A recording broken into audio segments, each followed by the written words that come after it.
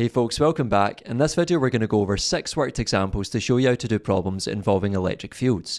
Now if you haven't already done so, check out my previous theory videos covering electrical charge, electric field patterns and charged particles moving in electric fields, because watching those videos will help you understand what we do in this video. So let's get started. Question 1 says to complete the following diagrams to show the path of the charged particles between the charged parallel plates. So for part A, we've got an electron. So we've got the positively charged plate in the top and the negatively charged plate in the bottom. And our electron is travelling straight between the plates to begin with. So firstly, because the electron is negatively charged, it will be attracted towards the positively charged plate and repelled away from the negatively charged plate. So it should bend up the way like so. For part B, we've got a proton. So remember, a proton is positively charged, and that means it's going to be attracted towards the negatively charged plate and repelled away from the positively charged plate. So this means it should bend downwards like this. For part C, we've got an alpha particle, and because an alpha particle is made up of 2 protons and 2 neutrons, that means it's got an overall positive charge, which means it's going to bend in a similar direction to the proton. But because it's got a charge of +2 rather than just +1 like the proton, that means it's going to be deflected more inside the electric field. So we can draw it bending down the way like this, but you'll see it's being deflected more between the parallel plates. So again, because it's positively charged, it's being attracted towards the negatively charged plate and repelled away from the positively charged plate. And lastly, part D is for a beta particle. So remember from National 5 Physics, a beta particle is a fast-moving electron, which means it's just going to do the same as part A for our electron. It's going to be attracted towards the positively charged plate and repelled away from the negatively charged plate. So it's going to bend upwards like so.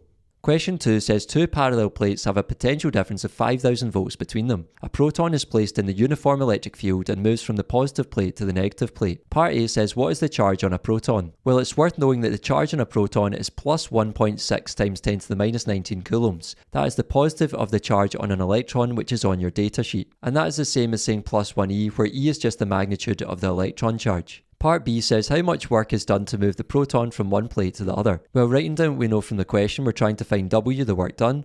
We know the charge Q on the proton is 1.6 times 10 to the minus 19 coulombs, and the potential difference V is 5,000 volts. So writing down our equation relating work done, charge and potential difference, we have W equals QV.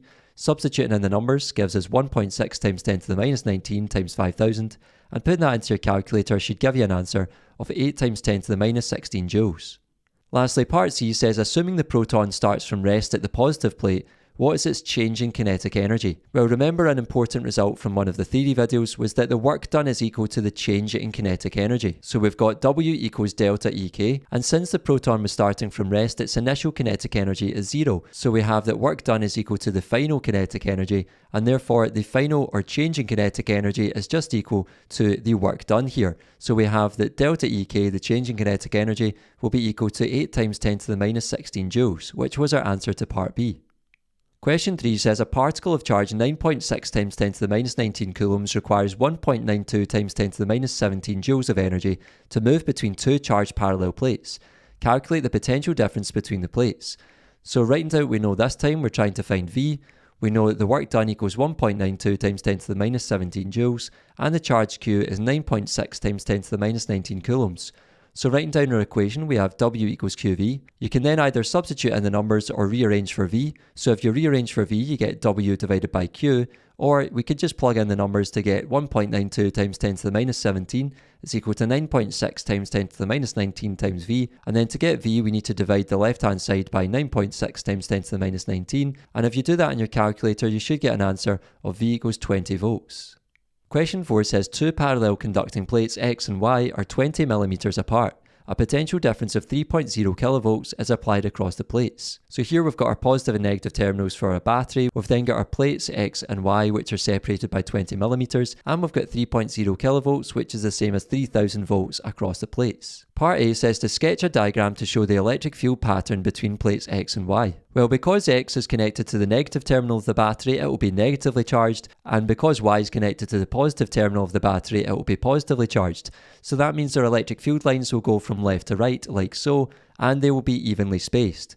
So there's our uniform electric field pattern there. So remember, the lines need to go out of a positive charge and into a negative charge. Part B says to calculate the kinetic energy gained by an electron as it accelerates from plate X to plate Y. Well, kinetic energy gained is the same as asking for the change in kinetic energy. So let's find the work done first of all. So we're trying to find W. We know that the magnitude of the charge Q on an electron is 1.6 times 10 to the minus 19 coulombs, and the potential difference V is 3000 volts here, just changing from kilovolts into volts. Writing down our equation for work done, we have W equals QV. Substituting in the numbers gives us 1.6 times 10 to the minus 19 times 3000, and putting that into your calculator should give you an answer of 4.8 times 10 to the minus 16 joules. And remember here we're asked for the change in kinetic energy or the kinetic energy gained, so we need to use the relationship between work done and change in kinetic energy. So we know that W is equal to delta EK. Work done is equal to the change in kinetic energy, so therefore we can say that the change in kinetic energy is equal to the work done, which we just worked out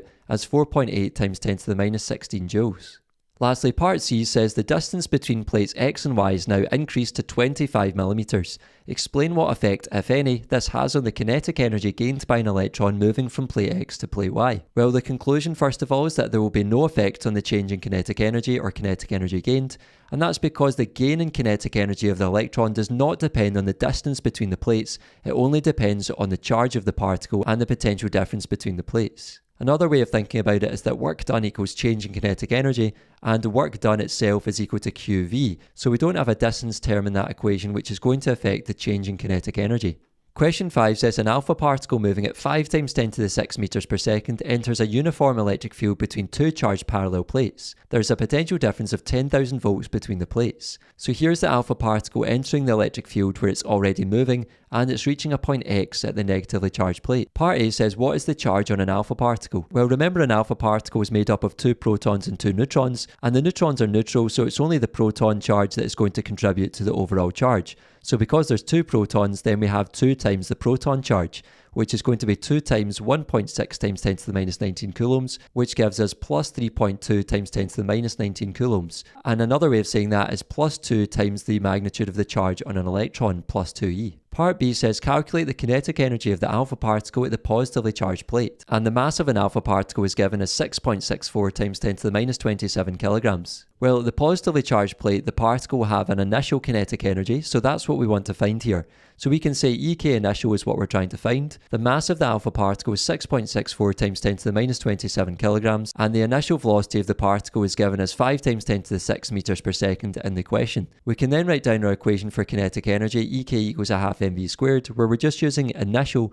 for the kinetic energy and the velocity. We can then substitute in the numbers to get a half times 6.64 times 10 to the minus 27 times 5 times 10 to the 6 squared, and if you put that into your calculator, remembering to square the velocity there, we get 8.3 times 10 to the minus 14 joules. Part C then says to calculate the kinetic energy of the alpha particle at point X. So that would mean the final kinetic energy this time. So to find the final kinetic energy, remember we don't know the final speed or velocity of the particle, so we can't use this kind of equation here for final kinetic energy. We need to do it in a different way. So first we want to find the work done on the alpha particle. So writing down what we know from the question, we're trying to find W. We know the charge Q is 3.2 times 10 to the minus 19 coulombs, and the potential difference V is 10,000 volts.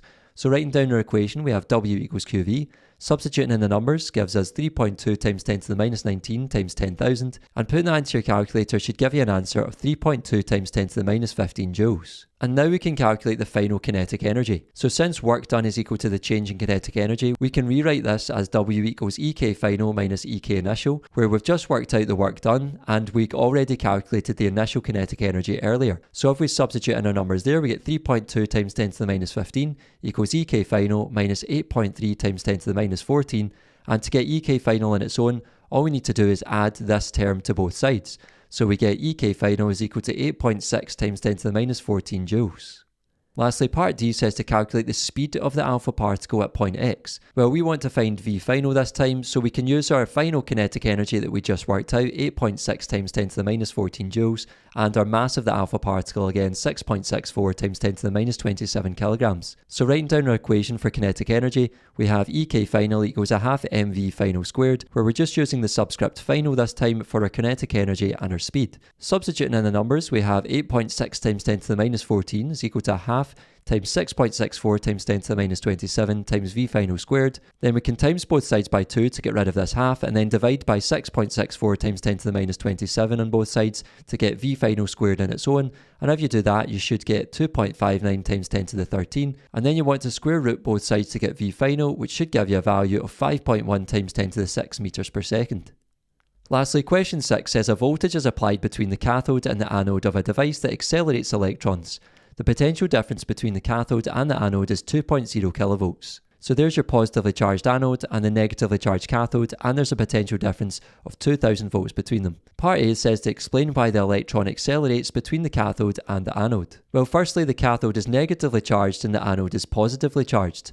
So the negatively charged electron is therefore repelled from the cathode and attracted to the anode, causing it to accelerate. Part B says the electron starts from rest at the cathode. Calculate the speed of the electron as it reaches the anode. Well, we first want to find the work done on the electron. So writing down what we know from the question, we're trying to find W. We know that charge Q equals 1.6 times 10 to the minus 19 coulombs, and the potential difference V is 2000 volts. Just changing from kilovolts into volts there. We can then write down our equation, W equals QV. Substituting in the numbers gives us 1.6 times 10 to the minus 19 times 2000, and putting that into your calculator should give you an answer of 3.2 times 10 to the minus 16 joules. And now we can calculate the speed of the electron. So remember, the important relationship between work done and change in kinetic energy is W equals delta EK, which we can expand to EK final minus EK initial. But remember, we're told here that the electron starts from rest, so that means the initial kinetic energy must be 0. So we can say that this equals 0 since it's starting at rest. And therefore we can say the work done is equal to the final kinetic energy only. So we're trying to find the final speed, V final. We know the work done is equal to 3.2 times 10 to the minus 16 joules, which is essentially our final kinetic energy as well. And the mass of an electron is 9.11 times 10 to the minus 31 kilograms from the datasheet. So writing down our equation, we have W, which is the final kinetic energy, is equal to a half mv final squared. That's just our equation for kinetic energy, EK equals a half mv squared, where we've used V final for the speed, and we've used W in place of the final kinetic energy because we said those two are equivalent. So substituting in the numbers, we have 3.2 times 10 to the minus 16 is equal to a half times 9.11 times 10 to the minus 31 times V final squared. We can then multiply both sides by 2 to get rid of this half, and divide both sides by 9.11 times 10 to the minus 31 to get V final squared on its own. So you should get V final squared equals 7.0 times 10 to the 14. And then taking the square root of both sides, you should get a value for V final of 2.7 times 10 to the 7 meters per second. Lastly, part C says, as the electron moves from the cathode to the anode, does the force acting on it increase, decrease, or stay the same? Justify your answer. Well, our conclusion first of all is that the force will stay the same, and that's because the force is constant since the electric field is uniform between the plates. That's all for this video, folks. Thanks for watching. If you made it to the end, I really appreciate it. Make sure to give the video a like, subscribe to the channel, and I'll see you in the next one. Take care.